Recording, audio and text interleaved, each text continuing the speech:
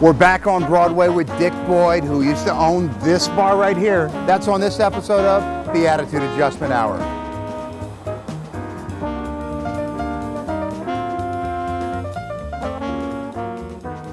But that was the beginning of the, because after that, the families quit coming down here. The Barkers, the signs on the window were the half-naked broads. Sure. They got their kids with them, and they're on their way to New Joe's. That's what I was trying to get New to. Joe's, New exactly. Joe's. We got to stop here. This was Tipsy's Bar, and they had the first topless band in here. Oh, really? Okay. Yeah. Now, was that one-upping, vibing off of the Carol Dodo thing at the Condor? Or? Nah, it was just the way everybody was trying to get something that would be new and different, so people would come in. You know? You had to have some kind of a little unique thing, you know, that would turn people on. Right. You know? Yeah. Right.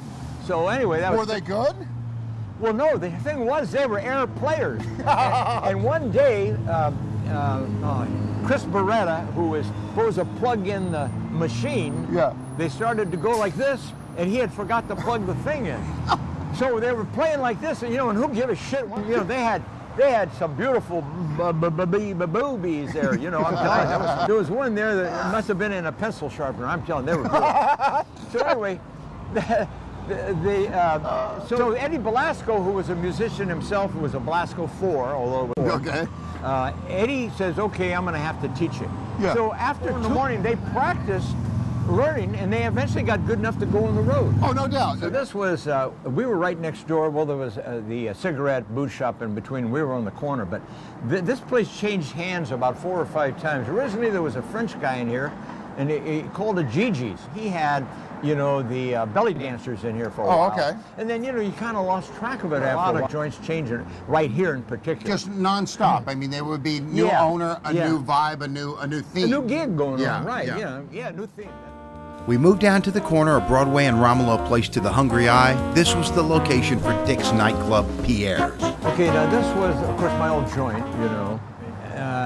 From 61, it was like the entertainment was jukeboxes, the bartender, you know, and you wanted a bartender that had, we had a guy named Johnny Lavender that was a character. We had a lot of good guys. Yeah. Eventually that all changed till, you know, when the entertainment changed. But it was originally the jukebox.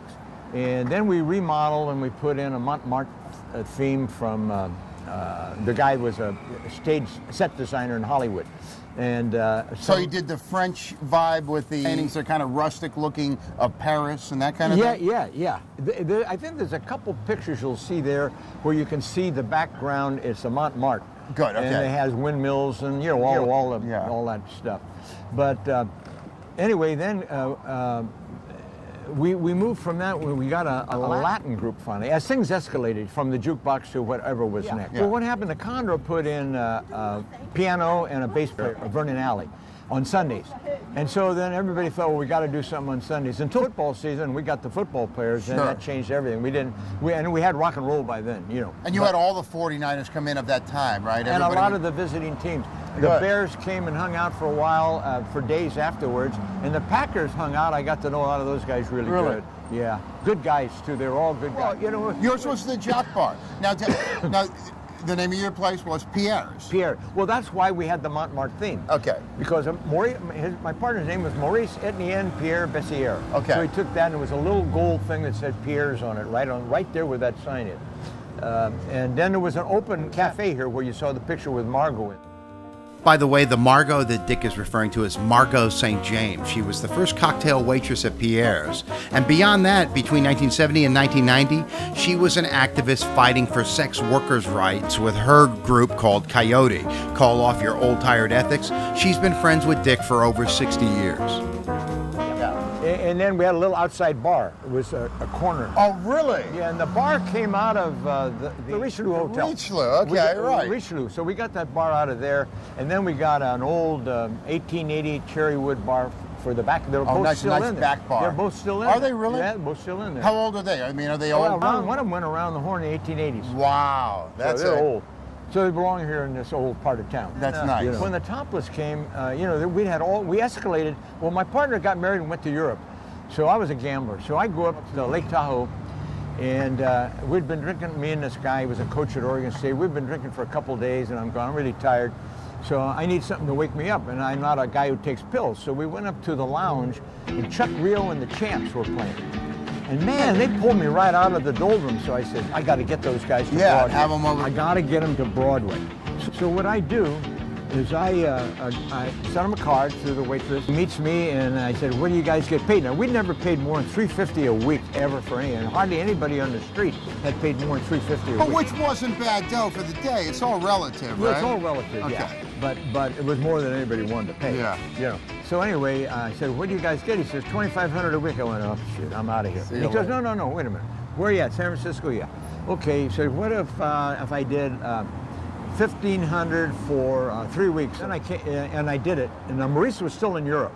That's the funny part, because he wouldn't have done it. Okay. And I knew that. But he was the guy who brought me in. So hey, when the cat's away, yeah, though, you know. Well, so I'm living on Grant Avenue, and he was living up on Grant, on Filbert, just off Grant. So he didn't tell me he was coming back, and I don't know what it was, why he was sneaking down the street. But I come out my doorway on Grant, and he's walking by, and I go, "Maurice, you're back." He goes, "Yeah." Now I'm about ready to doo-doo my pants because that's their first night, and I had gotten Jim Lang to pump us on the radio. Oh, really? Yeah, we had ads in the paper. We did all of this stuff, right? So I don't know. Famous for a dating game. A lot of people don't know he was a big jock DJ in here, town, yeah. but still going. yeah, up in Sonoma somewhere. nice man. Yeah, real nice guy. So he really helped us, you know. So anyway, we're walking down Grant, and there's a line coming around from Columbus up Grant, and I'm going, "Oh, damn, the Condor must have something going." So we walk, and the line goes past the Condor, and we're walking down up to Columbus down, and doesn't go in the Condor. It goes by him. Oh, that's great. Came all the way up to here. That's And then great. I looked at Maurice, and I said, "Oh, by the way, I got a new group that costs yada, and he didn't even stop. He just sped up a little bit. He says, "Well, I'll get the cover charge at the door, and you get behind the bar." Oh, that's beautiful. Okay. And he never said It another worked out word beautifully. after that. Yeah. It was, well, see that blue door? That's the door where was the escape hatch for married guys with their girlfriends if we saw their wife come in the front door, or girls who came in and their husband, they were with their boyfriend. Really? So when it would happen, they would always go in the back where the bandstand was, and then there was two of us behind the bar, and we could get through back and forth easy, but there was always jammed up in front, and then there was table, so nobody could get through in an easy move, you know. Right. So then a minute, You had a gauntlet working in front. Yeah. So we would run to the back, and I'd tell me, get her out of here, get whoever out of here, you know, and they'd go out through the back stairs up to this way and then out of here. And of course the street was always jumping so they could meld in with the crowd. Sure. You know. That's great. Next, we're going to head east on Broadway to revisit some legendary nightclubs and restaurants, including Finocchio's, Enrico's, and Vanessi's.